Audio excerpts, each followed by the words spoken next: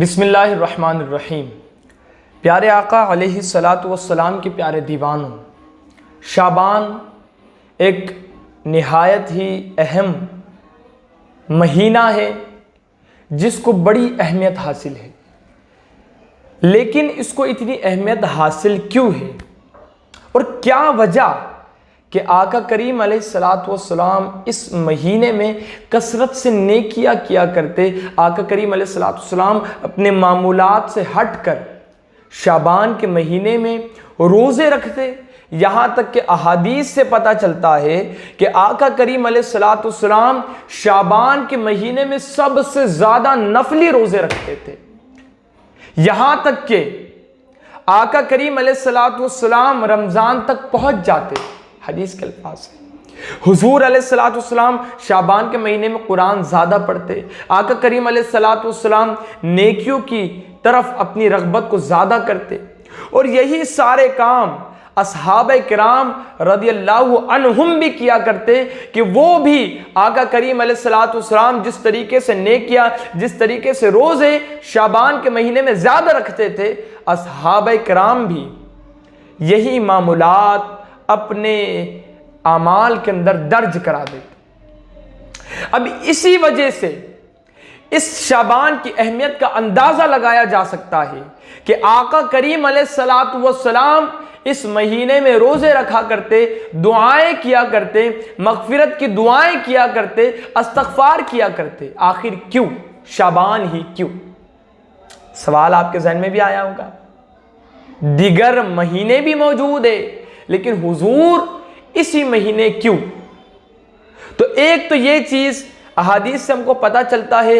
کہ آقا کریم علیہ الصلاۃ والسلام فرمایا کرتے کہ شعبان کے مہینے میں، شعبان کی جو 15 تاریخ ہے،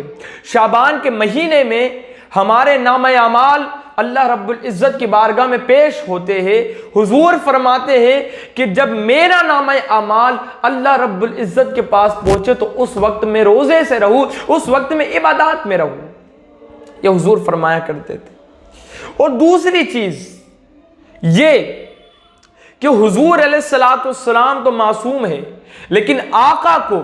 قانون دینا ہے، آقا علیہ الصلاۃ والسلام کو سنت پر عمل کرنے کا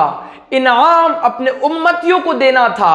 اس لیے حضور علیہ الصلاۃ والسلام شعبان کے مہینے میں کثرت سے نیکیاں کیا کرتے۔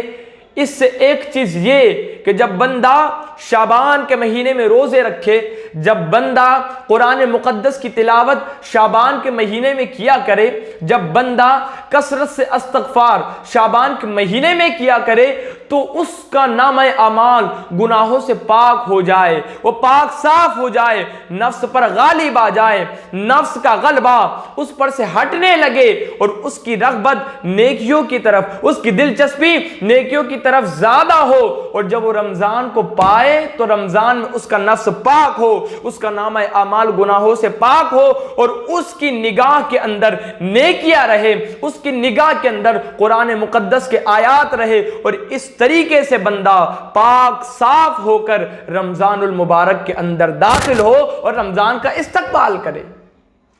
جب بندہ نیکیاں کرتا ہے تو اللہ اس کے دل کو پاک کرتا ہے، اور ایک مہینہ شعبان کا پورا